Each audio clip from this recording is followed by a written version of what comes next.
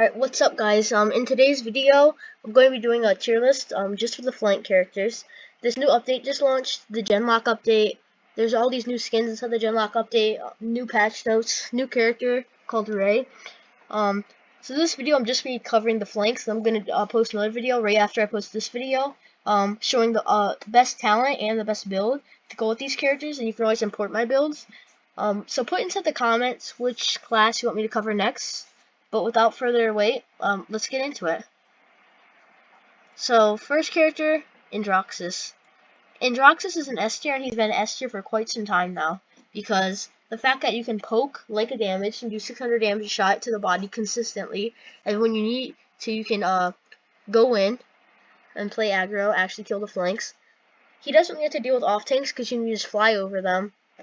His whole kit is pretty good. If you're out of ammo, you can always punch people. His reversal is pretty nice. His ultimate isn't the best thing in the world, but it's pretty decent. So overall, Androxus is a pretty well-rounded character. He's been this way for quite some time now. Next character is Buck. Now I'm gonna put Buck in the A tier. A lot of people are don't like Buck. Not too many, but some people say his damage output simply isn't enough, or sometimes he just jumps in and dies, but you have to know how to play Buck.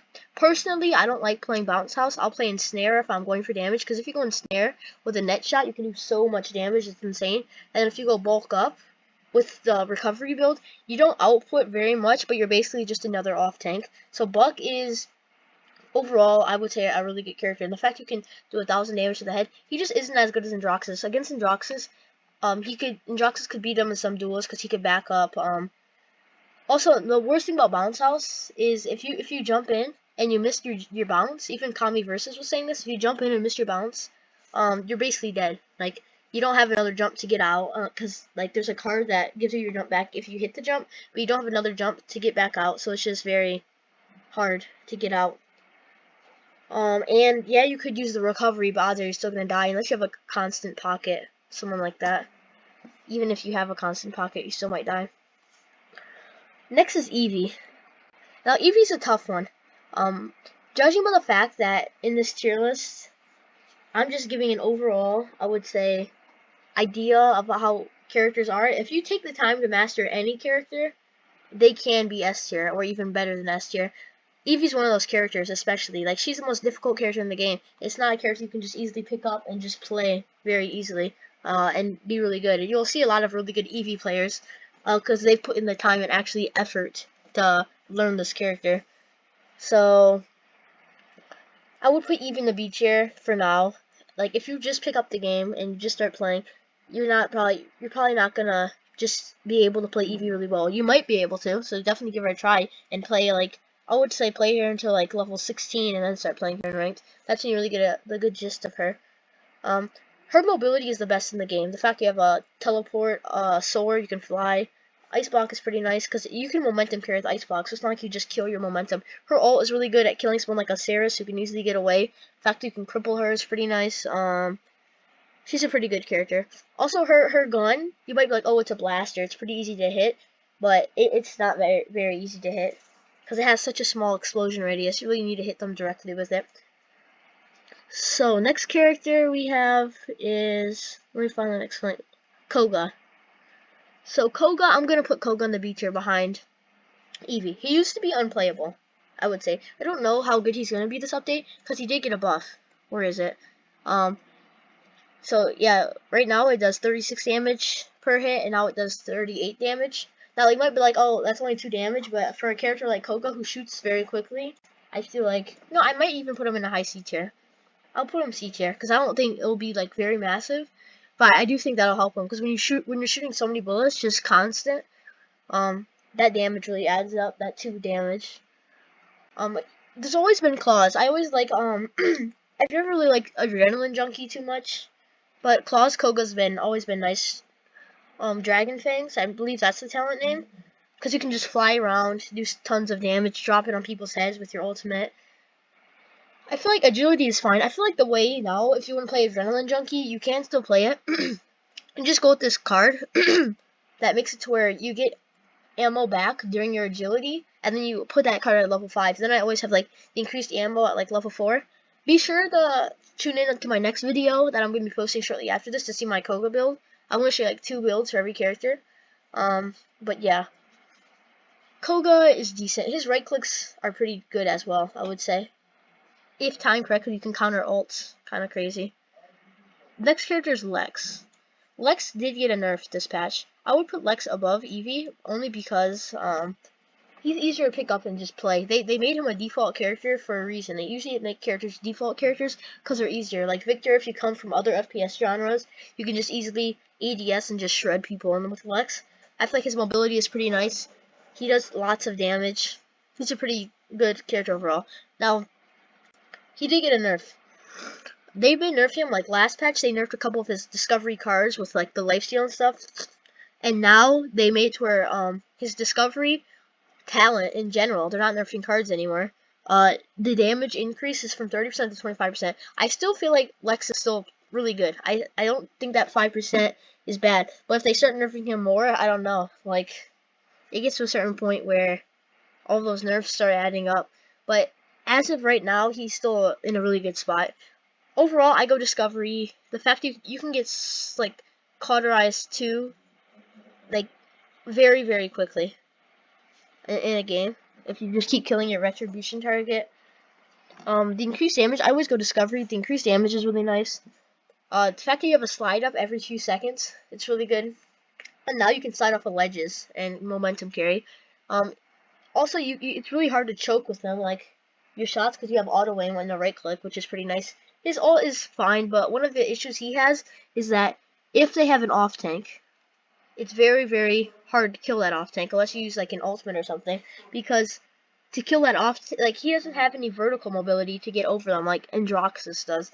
Because for Lex, it's very, very hard for him to kill that off tank unless he ults, and he has to go through them, and their whole job is to create space. So that's kind of tough. But if you get past that part, he's still in a really good spot. Next character we have Maeve. I don't know, Maeve just isn't that good right now. I would put her, I would say above Koga, maybe.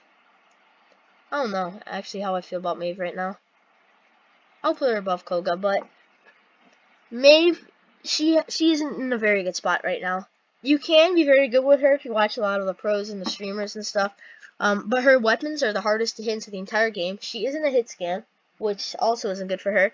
Her mobility is pretty good. I'll give her that much. And then Cat Burglar is pretty nice. Also, this patch she did receive some buffs to where is it? Rogue's Gambit, which is a talent I never use, so I probably won't even get to take advantage of these buffs. I will still try it though. Tell me if you guys want me to make a YouTube video on Rogue's Gambit, but honestly, I feel like that. So first, I'll just go over what they changed. So increased damage bonus on the pounce from 10 to 15%. I usually don't hit people with my pounce, and if I'm going to do that, I just go Street Justice. But I guess that could be nice. And then it also reduces the cooldown of pounce by 2 seconds, which I think that actually is kind of pretty good, because you still get the cooldown back if you get an elimination. But I feel like 2 seconds off a pounce could be nice for mobility. So I'll have to try it out. But on paper, that doesn't seem too good. Her ultimate is pretty nice. But it can be countered really hard by resilience. Then with Koga, he can counter it just by hitting right click, because there's so many counters. It's kind of crazy. Yeah, I don't really think Maeve's in a very good spot. That's all I really have to say for Maeve. Next character we have Moji.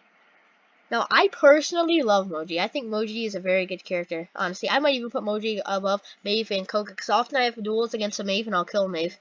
And then usually if I have duels against a Koga with Maeve, I'll kill Koga. So that's why I'll put Maeve. That's why I'll put Moji above Maeve.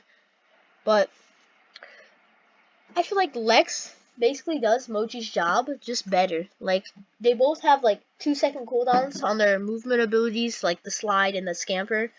Also, one thing I'll show you guys later, maybe even in another video, you can bunny hop with Moji's F, her scamper, if you didn't know that. If you cancel at the right time, you just spam jump, you can bunny hop with it. I think the damage output's pretty nice. Also, Moji did receive some buffs, which I'm very happy about. So, Familiar Spit, it's just like, that's your spray. I mean, that's your right click. Rapidly spray magical energy, dealing 30 damage every 0.08 seconds to enemies and applying magic mark. And now they increase the range and effectiveness to 55 units. You can hit people from a further distance. And now with Scamper, you're 10% quicker. And with your ult, this one is I feel like is the hugest one. They have finally have a 10% movement speed decrease, because before, if you ulted the enemy with Moji, they could literally just run away from you. So you would have to hopefully hit them while you're running by them with Scamper. They don't juke you. But I feel like Moji is actually in a really good spot right now. I'll have to test out the changes, of course, because they might sound better on paper than they actually do in game. But overall, I think Moji's pretty good now.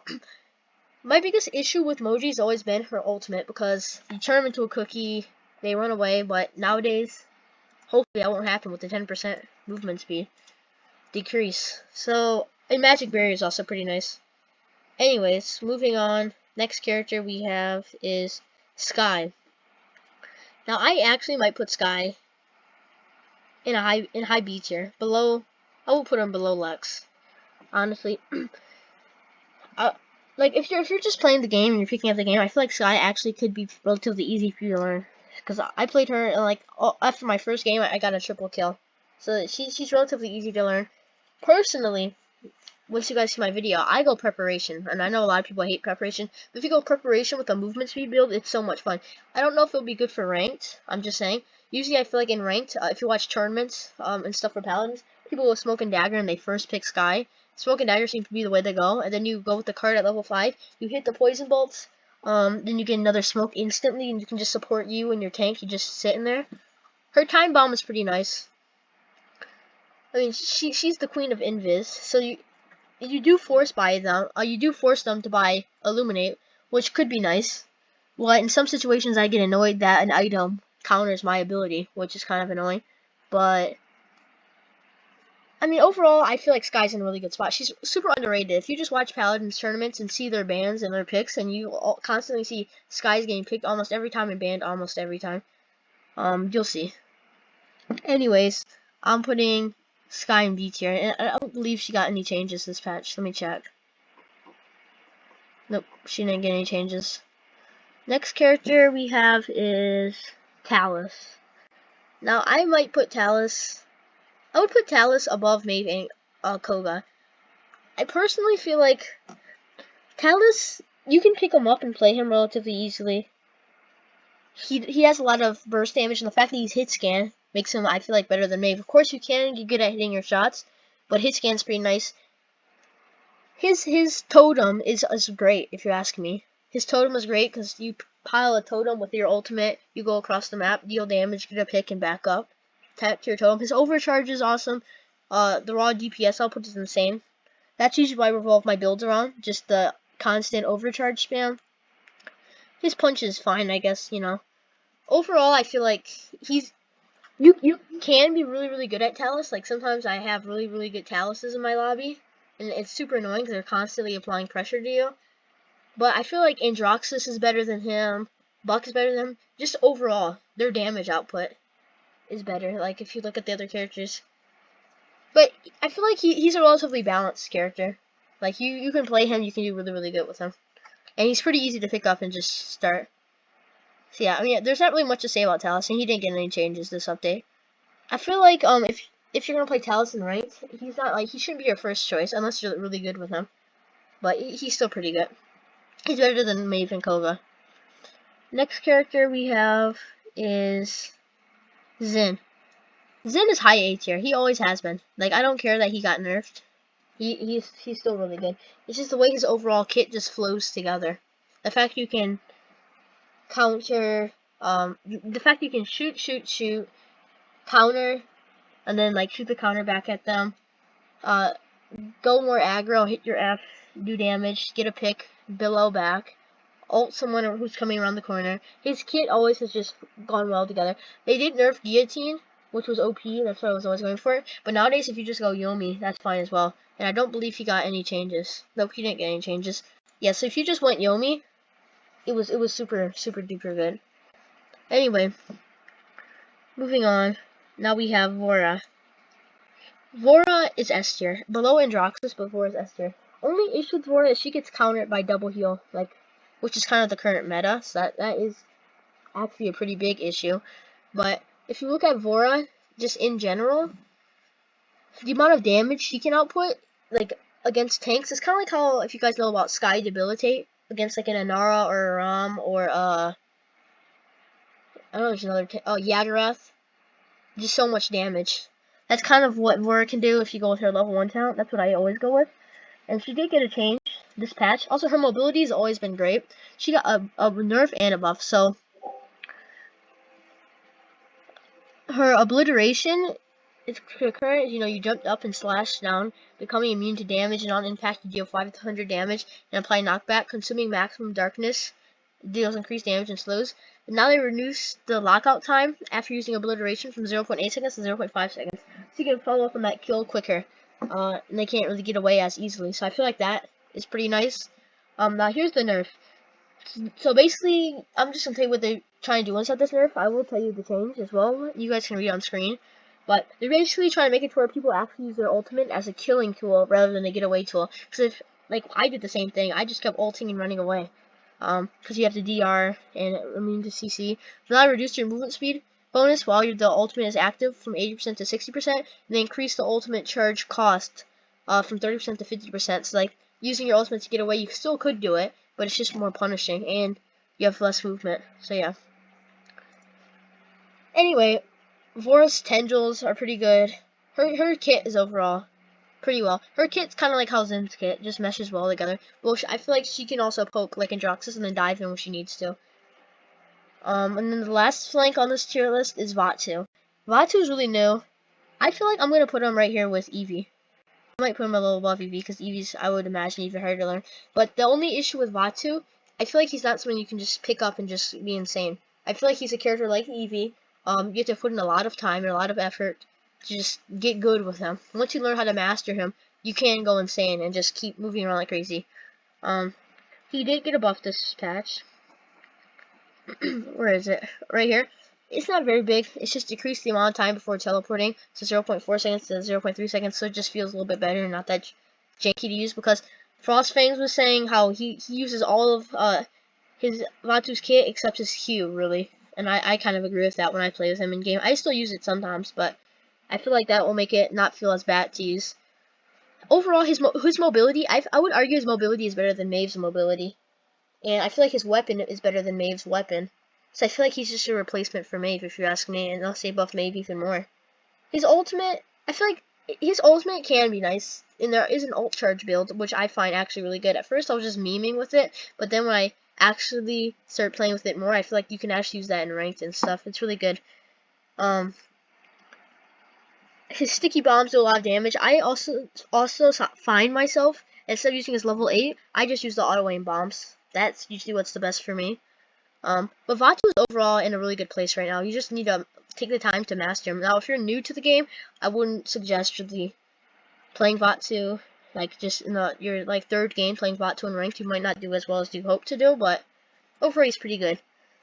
So if you guys enjoyed this video, like the video, comment, tell me what characters, what class you want me to do next, and what YouTube videos you want me to do next. Also, join the Discord server, which I'll be leaving in the first link in the description. There's a lot of awesome people there. The whole community is there. So yeah, catch you guys in the next one, and don't forget to check out my next video on flanks, builds, and loadouts. Peace.